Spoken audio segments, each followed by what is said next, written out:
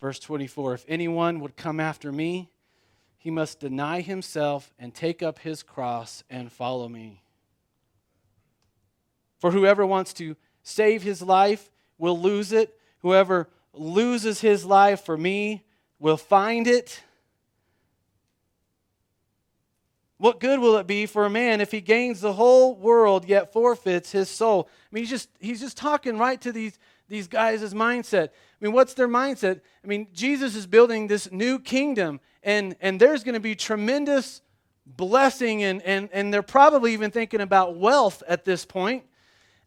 This amazing level of life that's about to take place for them. But what they don't realize is if he doesn't die on the cross for their sins, their eternity is in hell. What good is it going to be for you guys if you forfeit your soul and you have this, amazing life in the world, whatever that might be, whatever you're thinking of at this point, but yet in the end you forfeit your soul? Understand, you have gained nothing.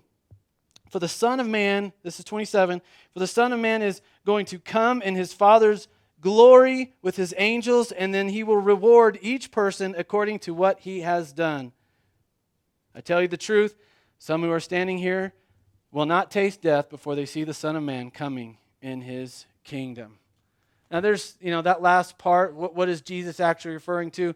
Right after that, the transfiguration takes place, where he takes Peter, James, and John up, and there's this tremendous experience that happens. Most likely that's what he's referring to. He could even be referring to the resurrection.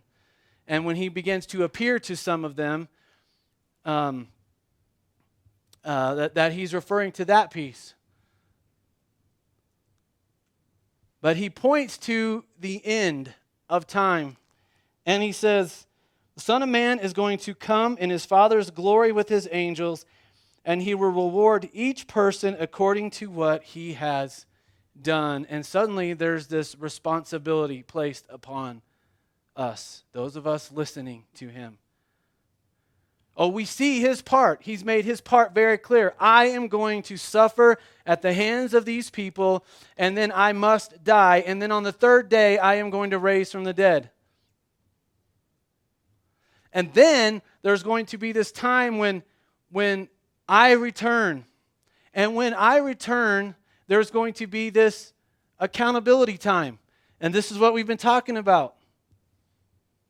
It's just like Matthew 25. The owner that goes away and gives the 1 talent to one, and then 5 talents to one guy, and 10 talents to the other guy. There's a day when he's coming back. And he will address us one by one. And he will ask us, where's the fruit? And in Matthew 25, the guy that was given 10 shows up and says, here, I got you 10 more. Well done, good and faithful servant. Come and share the Father's wealth. The guy that was given 5 shows up. Here, I've gained 5 more. Here's the fruit. Well done, good and faithful servant. Come and share in your Father's wealth. The one that had the 1, instead of sowing, instead of putting it to work, had buried it, digs it up, brings the 1 back. Here you go. Here's what you gave me. I know you're a hard master, so I just didn't want to lose what you'd given me. So here it is. Here it's back. And he's like, why didn't you at least put it in the bank so that there could be some interest drawn on it? You wicked, lazy servant. Take that away from him, that 1. Give it to the one who has 10. There is this day of reckoning ahead of us. For it is by grace that we have been saved. I am not talking about salvation. It is by his grace that we have been saved through faith, so that no one can boast, not by works, okay? But following that salvation experience, it is a lifetime of fruit bearing that we are responsible for. And the owner is going to come back and ask for an accounting of our stewardship, your health, your wealth, your relationships. Did you bear fruit? As I was dwelling on this week, it just seemed like such a no-brainer. As I was asking God, what is the fruit? It was just such a prompt and poignant answer. He said, it's people. It's people. It's people that I died for.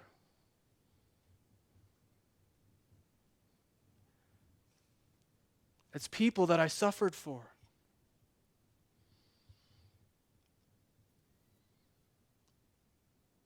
I mean, it's like he was saying,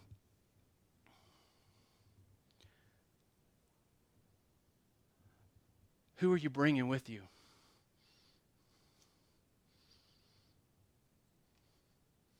When I welcome you into my kingdom, who are you bringing with you?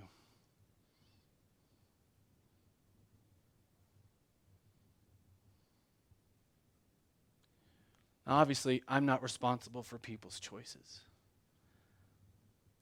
Every one of us is going to choose yes or no to Christ. And as I share, as I invest into people's lives, in the end, it's their responsibility.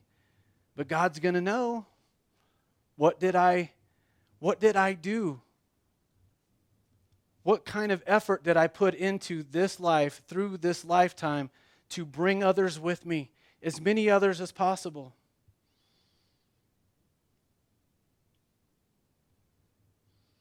I just think about this amazing story where, this is a true story. It was a number of years ago. I-40 that shoots right through Oklahoma City. Goes all the way across, pretty much all the way across the country, I think.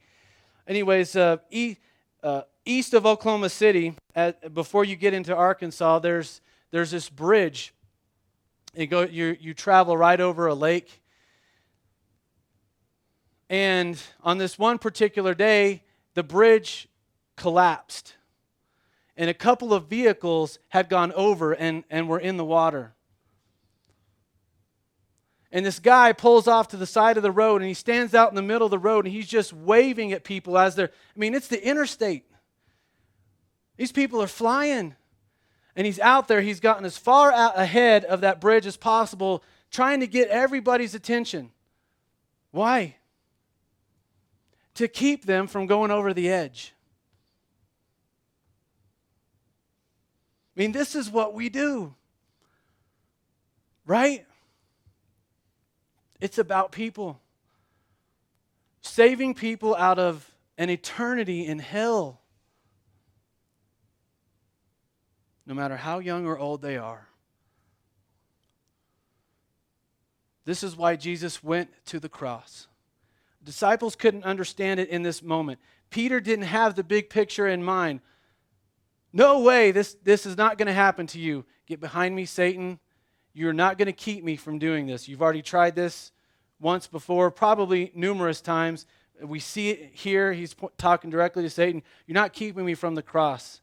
Certainly, Jesus hits the cross, dies on the cross. 3 days later, raises from the dead, begins to appear to the disciples over a period of 40 days, raises up, ascends into heaven.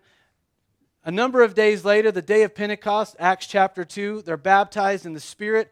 They begin to understand. Their eyes, their minds are opened up to all that Jesus has said, even in this moment. They look back, and Peter gets it finally. Oh, yeah. Now I understand why he just looked at me with cross eyes at that point. Jesus got cross-eyed at him.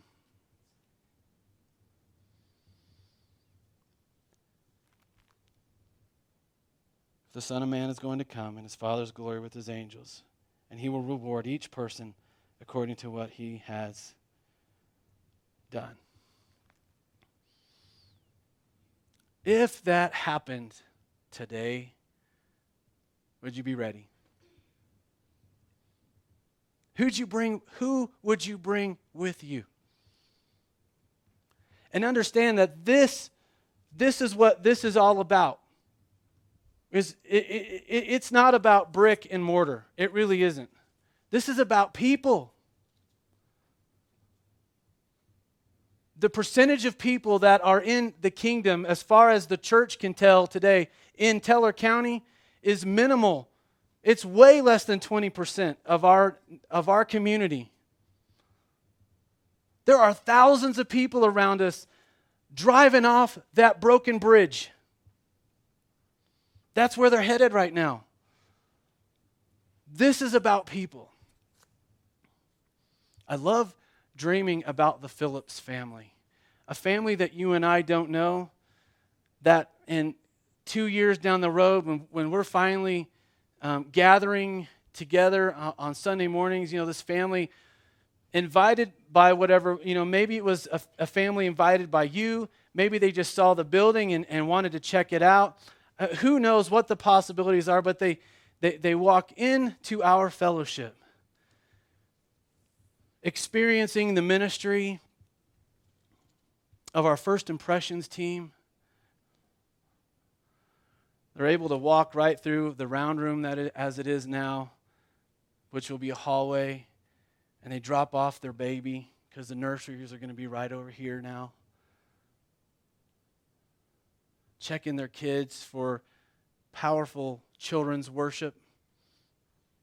A teenager that will be looking forward to exciting youth group stuff. I mean, come on, teens, you're going to have a gym. That's fun youth group, okay? That's exciting.